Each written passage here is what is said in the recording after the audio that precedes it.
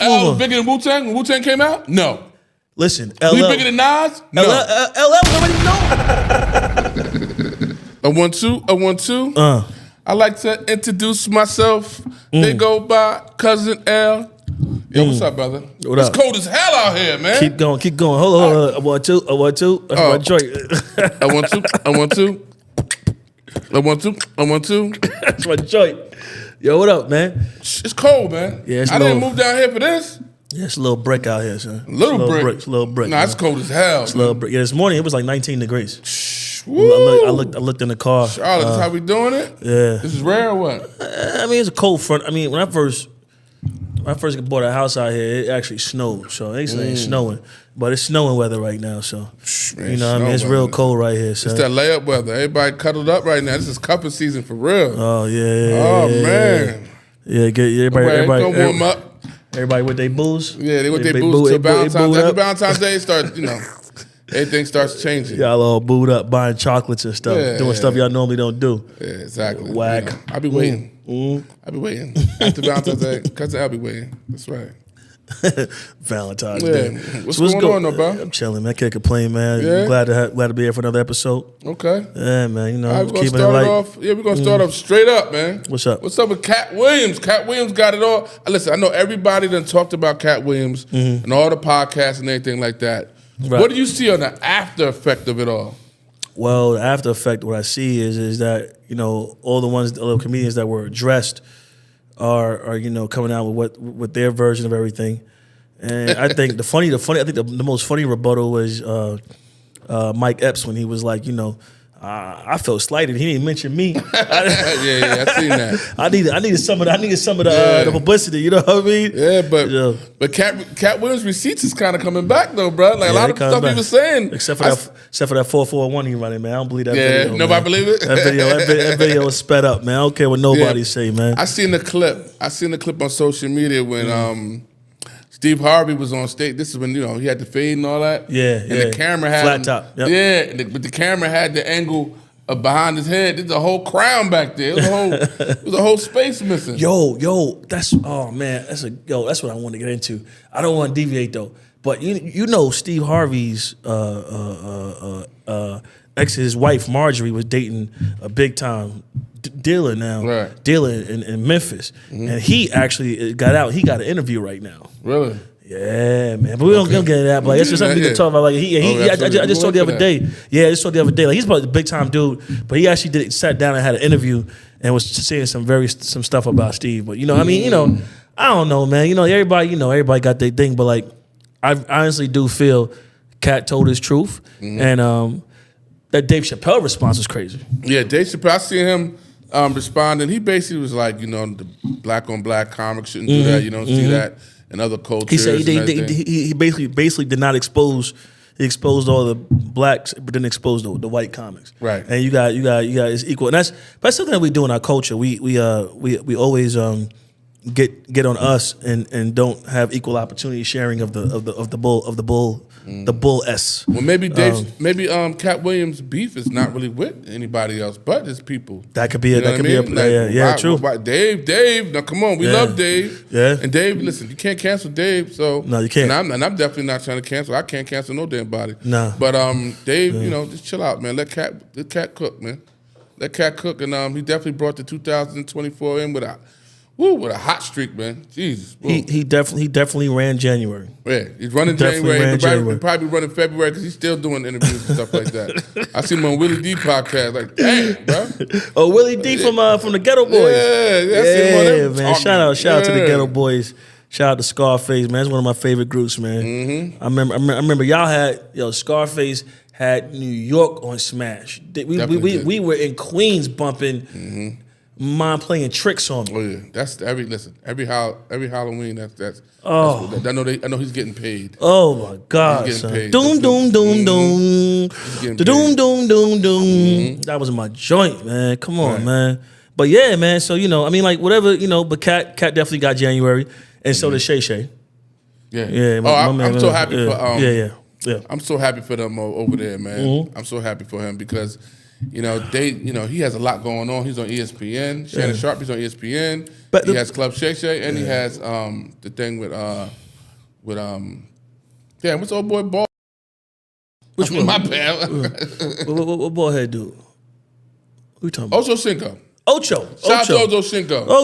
Ocho, my man. Yeah, Ocho Cinco. Yeah, they got the nightcap going on, and that's hilarious. That is hilarious. That's hilarious. So listen, is hilarious. Even though we doing our own podcast, I gotta give it up. He dropped dimes where he just came from. Yeah, who that? You see, it's like a little budget. They were on the show, and they had to, they do their show with a split level. Right. So they were on the show, and Shannon was like, "Yeah, I'm trying to go to the spot and hang out. I need me, So Ocho was like, "What you talking about?" He said, "DR. Try to get me some." Ocho was like, I don't know what you're talking about. He said, "I don't know what you're talking about." And Shannon was like, "Oh." Yeah. Like, you know what? Being honest, I just came from DR. I just came from DR, and I'll be honest. It's not what people think it is. As far as that's what everybody men do over there. You know what I mean? If you want to do it, you can have it. What are you talking about, Cap, bro? What are you talking about? Cap. Come on, you can drive the four. You are. Bro, you can drive the four-wheelers. That was a double. You can drive the four-wheelers. That was a double. You might go over and drive. You would not fly to go drive those damn four-wheelers. I mean, we had a good time cooking out. You know what I mean? On the beach and all that. Had a good time, man. All right, man. Got my feet done. What you talking about? All right, man. You see the footage? Yeah, I see the footage. Yeah, you're right. Was it PG-13 footage I'm putting out? I don't know.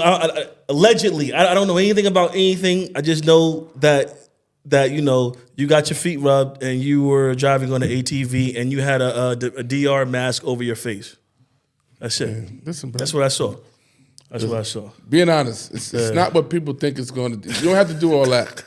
I mean, let's change the subject though, homie. You know what I mean? Let's go right into Diddy. Speaking of craziness, Diddy has settled his lawsuit, man. Yo, actually, he was settled a lawsuit. He settled a lawsuit. He withdrew the lawsuit and still has retained ownership of Ciroc and Diageo. So he still owns the brand. No, he doesn't. Yes, he does. It came out today. No, he doesn't. When did it come out? It came out today. Nah, that's Cap right there too, brother. No, it's not. No, it's not. Check it out. I checked it out. Diddy don't own the damn thing. No. Yes, it is. Do your research. What happened was yesterday they came out and said that he surrendered everything, and then they corrected it today. It's corrected today and says no, he dropped the lawsuit and he still owns his brand of Diageo and Ciroc. Came out today this afternoon. Yeah. So move your caps back.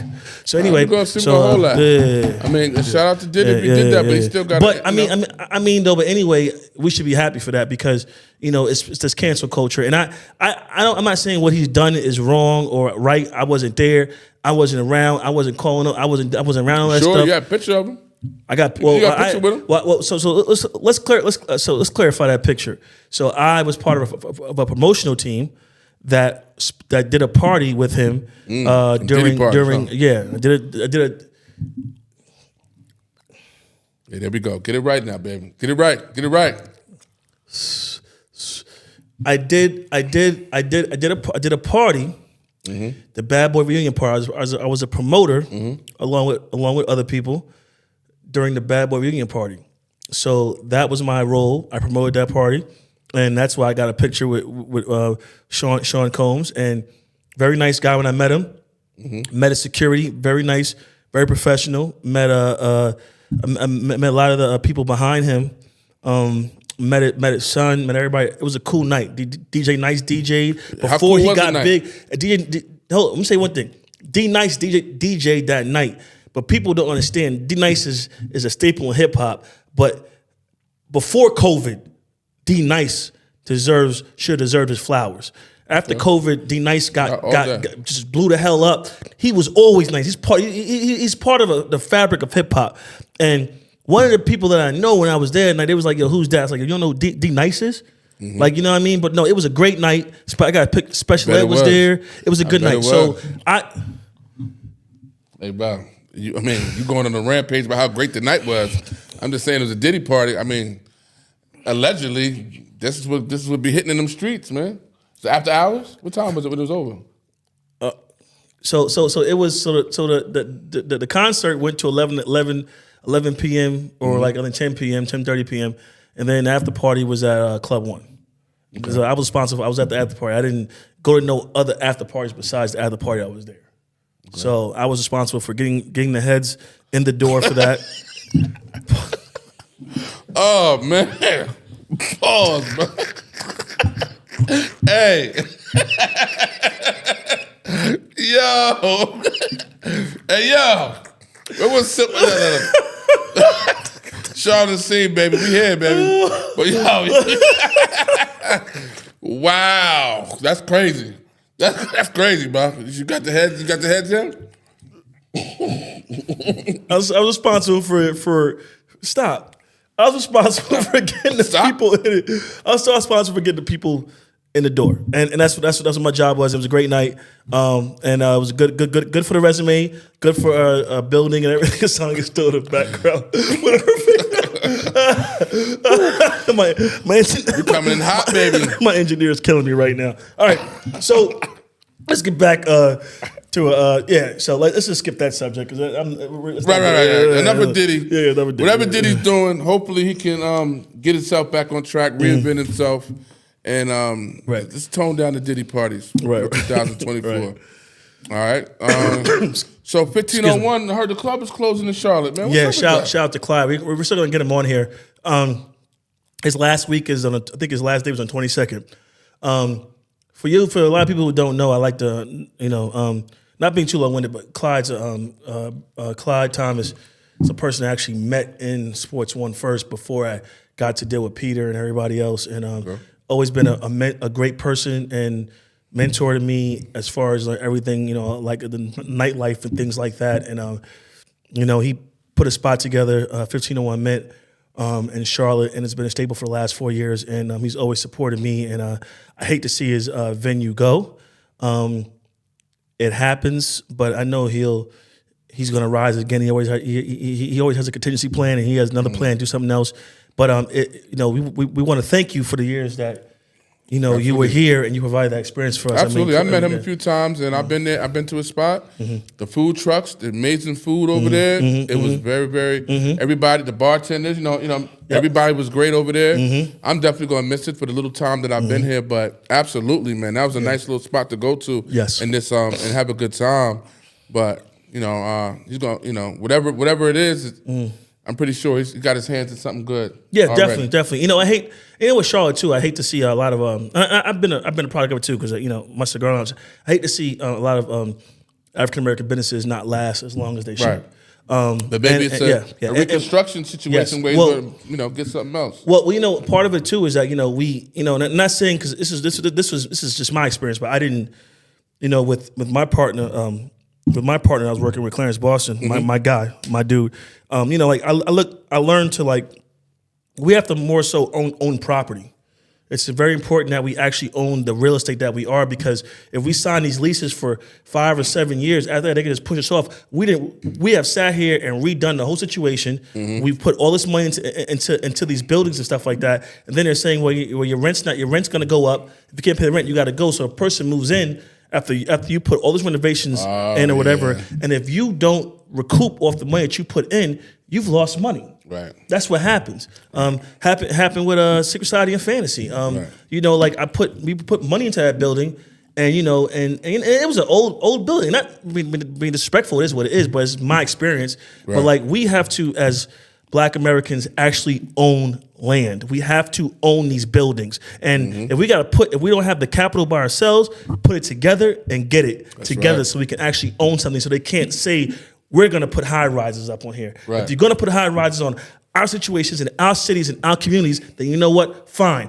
We're going to get the money to do it. Or you got to come through us and ask, because you can't just say we're going to sit here and move over, and we got to go. That's right. So yeah. But shout out to my brother Clyde. Love you, brother. Yeah, absolutely. Bermuda all day, baby. See you soon, Clyde. Don't worry about it. Be out there. Listen, you already know what it is, brother. All right, so what's next, man? What else is going on out here, man? Well, so one thing that I saw this week that I actually fell in love with was when Lil Wayne was courtside at a basketball game, and he actually had his son meet Queen Latifah. And to me, that says a lot about Lil Wayne, him, and how he is as a person, but his respect for hip hop, but for the ancestors. Because a lot of these young guys, and Wayne's a true on the mantle now, right? But Wayne's from Louisiana, out there, you know, and so we're talking about the Queen. We're talking about Jersey. Right. You know what I mean? Queen Latifah is a staple, not only in Hollywood now, but in hip hop. You know, and so I thought that was a great way of bridging the gap with all of that. You know what I'm saying? You know, so well, he knows. Wayne knows he's really a hip hop head, and also he's a father and knows the significance of meeting these certain type of people, man. Like he's not, you know, he's not some type of just father that's just, you know, out there just having a good time. Nah, he knows his kids should and meet these greats, and they probably his kids probably watch and listen to his music. Don't sleep. Don't think that Lil Wayne's up in there only listening to what you think his music is. He's probably listening to all genres of music. You know what I mean? And so maybe his kids probably like, yo, I want to meet him. I guess there was some kind of backlash because I guess he didn't handshake or whatever. But the thing is, you got to understand too. Like, I will say this: like, I have my kids. We communicate on a different level. We're not this generation. We can't force this generation to be our generation. I remember when we were younger and we were listening to rap, and our parents were like, "What the hell is that crap?" Right, I remember that. It's not gonna last. We don't want to hear that. And we had to respect different things, like different ways. Like, you know, I'm pretty sure your father told you, you know, when you shake a man, shake his hand, look him in his eye, and everything else. You know, but I was raised around that, but these things are not. They're not. It's not like that no more. And if you instill your child to do that, that's good. I try to instill my kids to do stuff like that, but at the same time, it doesn't. I feel like right now it doesn't mean a child's being disrespectful. It means that they just weren't raised to do that. And I wouldn't say that they're being. I'm not. I wouldn't say a child's being disrespectful because I don't know what's in that child's heart. I can't say that. You know what I'm saying? And it's all about what the parents raise them to do. But just having that child know who Queen Latifah is, it's good. It's beautiful. Absolutely, it's bridging the gap in hip hop, and it's bridging the gap, and it's showing, you know, this is the person that paved the way for me to be where I'm at. So I love that, man. Shout out Lil Wayne, man. Shout out to Weezy, man. Who's your first celebrity that you met? You met hip hop ever? Your first one? Oh wow. Hip hop. You're going way back now. Yeah. So the first celebrity. Oh wow. So is it met or got an autograph from? No, I didn't autograph. I mean, met, bro. Jesus Christ. 2. My uncle used to DJ for Red Alert with Red Alert. He still does. And him and Mike G from Jungle Brothers are friends. So you met Red Alert and the Jungle Brothers? Yeah, but I actually got to be at Red Alert's house when he was living with his mother. And so I was in actual Young room. Red Alert. Yes. Yes. Yeah. And in his room, if I'm mistaken, OG, don't get mad at me. I know his son's name is Rob. I remember that. And he gave his son like a whole bunch of money to go get some pizza. Like the pizza's like $1.25. I think his son had like $25. Like buying a pie. But in his room, I remember his mom actually favored Mike G, which is you know, because that's, you know, but like all around the walls you saw Naughty by Nature, you saw Redman, you saw all these platinum plaques on the wall. Oh, okay. And you saw, and he had all these clothes folded, like he had like clothes for days, brand new clothes he ain't even touched, sneakers, boxes. My first was like De La Soul. I wasn't done talking. I asked you. Oh, but Jesus Christ, bro. So, like, let me get back. Whoa! Speech. De La Soul. So we're all with native tongues. So go ahead. Yeah. Native tongues. My first was De La Soul. So, my father threw a show out in New Jersey, in Plainfield, New Jersey, and they came, and also he had some guys performed from Jersey City, which my older brother was affiliated with. They performed at the Strand Theater. It was good. They were. It was a great show. De La Soul is the truth. Yeah, that was when De La Soul first came out. So actually, my younger brother told my father, get De La Soul. This is when they first came out. Potholes in my lawn. So do you know? So do you know who was on the Jungle Brothers' first album cover? It wasn't you. I think it's their first or second, but so there's the album cover of Jungle Brothers, right? So if you look at it, I think it was a single, or my uncle has the vinyl, but on there you got to do your history. It's De La Soul. Okay. It's Jungle Brothers, of course. Tribe Called Quest. Okay. Chris Lighty from Violators. Queen Latifah. And Moni Love. All on one album cover. Can you imagine? Can you imagine the power of that? Right. So one time Uncle had me go out to he was DJing. He's like, I got a party at night. So it was with the Jungle Brothers. We're performing with Ed O.G. and the Bulldogs. And it was in Bushwick, Brooklyn. And I remember my uncle telling me, he was like, yo, Rashawn, like, I'm gonna take you out here. But don't tell your mom where I got you. So my uncle took me to Bushwick, because Bushwick is like Brownsville, kind of like steroid. Like it's crazy out there. Like and they started fighting and shooting out. They didn't shoot, but they started fighting in the club or whatever. But they were fighting in Yonkers though. I went to go when I was at Red Alert at the time. But like anyway, like and Mary J. Blige's sister was there at night too. That was crazy. But like, she look? Huh? How Mary J. Blige's sister look?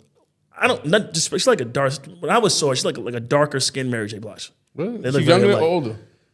I'm not sure if she's older or younger, but I remember her being there because it was like a small spot in Yonkers Square. I'm trying to see, what. Well, I mean, I don't, I mean, you probably, I mean, I don't know if she's, I mean, is she available? I don't know her like that. I just saw her that night. I don't know. Oh, my bad. I got caught in the moment. Yeah, you got caught in the moment. Yeah, my bad. My bad, bro. Well, fix yourself. My bad. Pardon yourself. But yeah, back in those days was crazy, man. Back in those days, that was crazy. My wish list, and I should have. I wish I met Biz Markie. That's why I set it off like that. I threw Biz Markie's party. Really? Yeah, I threw Biz Markie's stats. Yeah. I know Biz Markie was a lot available to the public, a lot DJ'd, but I just never met him. I threw his party at Stats 2.5 years ago. It was me, Clinton, Herb Gray. We had, and Antoine, we had Biz Markie. We got pictures of him and everything. Yeah, when he passed, it was sad. I got him like a year before he passed because COVID hit. Right. Yeah. I do Biz Markie's party. Yeah. Like, oh man. And so Biz Markie is the one that mentored my best MC of all time. He's responsible for his career. Who's that? Big Daddy Kane? No. Who? Reggie. Oh yeah. Redman. Reggie Noble. Yeah. Biz Markie is the one that kind of pushed Reggie into the game and towards EPMD. Right. So yeah, I mean and he used to have Biz Markie used to have Redman going to battles and stuff and battling and in them ciphers and stuff like that. So he's definitely a staple, man. Reason why I like Biz Markie and he from Queens. Reason why I like Biz Markie so much because if you look at all the greats that back in those days, I'm not saying they copied their style, but they took a little bit from him. They took a lot from him. A lot from him. You know what I mean? Like he was able to do, you got what I need. Diabolical and then do the hard party stuff like my radio and all. Not my radio, sorry. Yeah. But yes, y'all and to the. You know what I mean? Like those records like that. We know Def Jam with Def Squad. They took that thing and redid it. Yes, y'all and to the beat ballin'. So they took that and redid it. That's why Redman was like, it was the doc in the flesh. Of course I'm fresh. Though I was starving, I'm still starving. Right. Like that was what they took to honor those guys. But a lot of these, that's the thing I have with hip hop right now is like some of these beats or some of this production is not honoring what the past was. Right. You know what I mean? It was fun. It was like fun back then, man. I mean, the Vapors. The Vapors. And Snoop redid that for him. Right. Like that song right there. Oh, God. So when you talk about like hip hop, and we're going in the past a little bit, but that was fun and enjoyment to hear those records. Those records were huge. Well, let me ask you a question. Why is it that people always got a top five? And they list their top five, and I realize the top five is really according to what you were in hip hop or your time in hip hop when you feel it was the highest, right? Right. But I try to be neutral because I feel like J. Cole's entering that top five talk right now. Right. Are you big on J. Cole? Yeah, I'm big on Cole, sir. All right. I'm big on Cole, sir. Okay. But question is this: why don't nobody put LL Cool J in the top five? And I think LL has ran hip hop for 25 years. LL Cool J has battled. He's had top albums, top singles. His resume is ridiculous. Yeah, but I think that pink cookie in the plastic bag moment. But like, the whole little funny little songs. Some of these guys who were in top five. Don't forget that pink cookies in plastic bag was one song. Yeah, but he still came. No. He got no history. He came cool. LL Cool J LL Cool J was. LL Cool J was the first dude, the first rapper Def Jam put out. He was in Crush Groove, bro. At 21 years old, listen to my radio. Mama said knock you out. Walk like a panther. Like and then after that, Hey Lover, Hey This. Yo, LL got joints. You will find very few rappers that have enough hits that have more hits than LL. I challenge you, bro. I understand that. I challenge you, bro. But when we got into that, here's how I feel.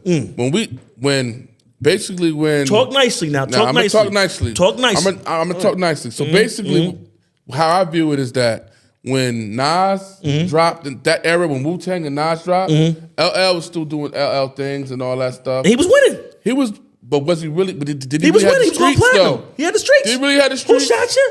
Are you serious? But look who's on the record. Who's on the record? Who shot you? It was Foxy Brown. Keith Murray. Keith Murray. It was Prodigy. Fat Joe. Everybody was listening to them. It was that album went platinum. I mean, hey, Def Jam got big money. They could press that big button. Oh my God! So let me ask a question. Who's had a longer stint in hip hop with the success? No. Let me ask a question.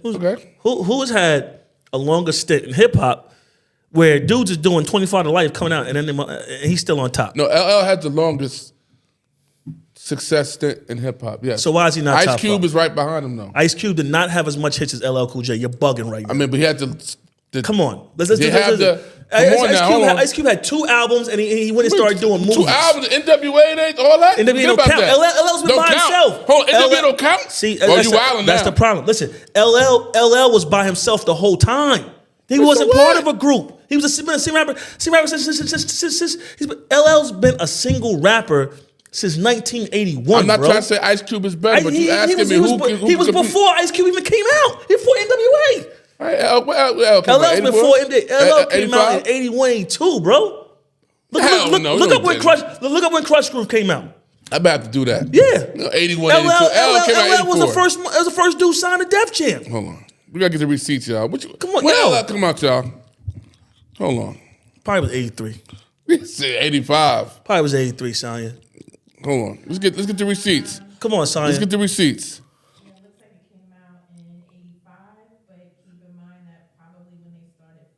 Yes. Before that. He came out in 85. 84. NWA came out in 87. That's not true. So NWA came out in 88? That's 3 years before NWA. All right.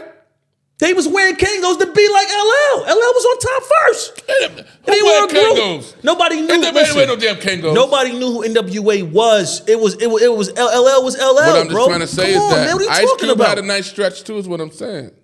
That's the only person that was able to go from the 80s to the 90s. Yeah. Ice Cube, Dr. Dre had a nice stretch. He had way more stretch to the LL. What Ice Cube? What are you talking about? But he's not a rapper like that. Yo, Sonya, Dr. Dre ain't no rapper. Sonya, what's Ice Cube's record sales, please? We ain't doing this, man. What's Ice Cube's record sales, man? What are we talking about here? We're talking about Ladies Love Cool James, Southside Farmers Boulevard, man. You need love right now, man. I see Southside Farmers Boulevard. You stop playing, man. I see you need love right now. Talk to me nice. I mean, listen. How them young kids say on God? Hey, listen. I rock with LL, but somehow LL don't get the credit because he wasn't moving mountains at a certain. He wasn't moving the streets. Oh my God! All right, listen. Okay. I know that. Listen, I know when. I officially apologize. I know when Wu-Tang dropped, and Redman and Nas and Biggie and Mobb. I'm a Redman fan. LL was still swimming, but he wasn't moving. No, he wasn't doing what he was doing. He wasn't doing that. He had the sound of the streets. I'm just gonna keep it real. I need a round the way girl. We're gonna talk our talk. Yo, okay, so we're gonna do a survey on this because you just said LL wasn't moving the streets. So we're gonna do a survey. The streets. All right, we're gonna do a survey on that. Okay, let's move on. LL was bigger than Wu-Tang when Wu-Tang came out? No. Listen, LL was he bigger than Nas? No. LL was already known. He was a household name. He was a household name. He needed all them other LL people. LL is bigger than Mobb Deep, but I'm a Mobb Deep fan. LL is bigger than Mobb Deep. No, he's bigger than Mobb Deep. But when Mobb Deep I'm a Redman fan. He's bigger than Redman. When Mobb Deep dropped, the Nas dropped. That was the Biggie and all that. That was the whole. It was a whole other sweep. It was a whole other. Where were you? The culture changed. Where were you when Jingling Baby dropped? Where were you when Big and Brenda got a big old butt drop? Where were you when Listen to My Radio dropped? Where were you when Who Shot You dropped? When were you when Hey Lover dropped? Where were you at? Those are cool records. Cool records. They smashed the hits. Listen, I'm older than you, bro, and there's no reason why you listen to Hey Lover. Now you gonna pull the old card. Yeah, Now you gonna pull the old card. You gonna pull the AARP on me? You listen to Hey Lover. Well, I'm listening to Biggie. Who shot you? Yo, these old. So you can do what you do.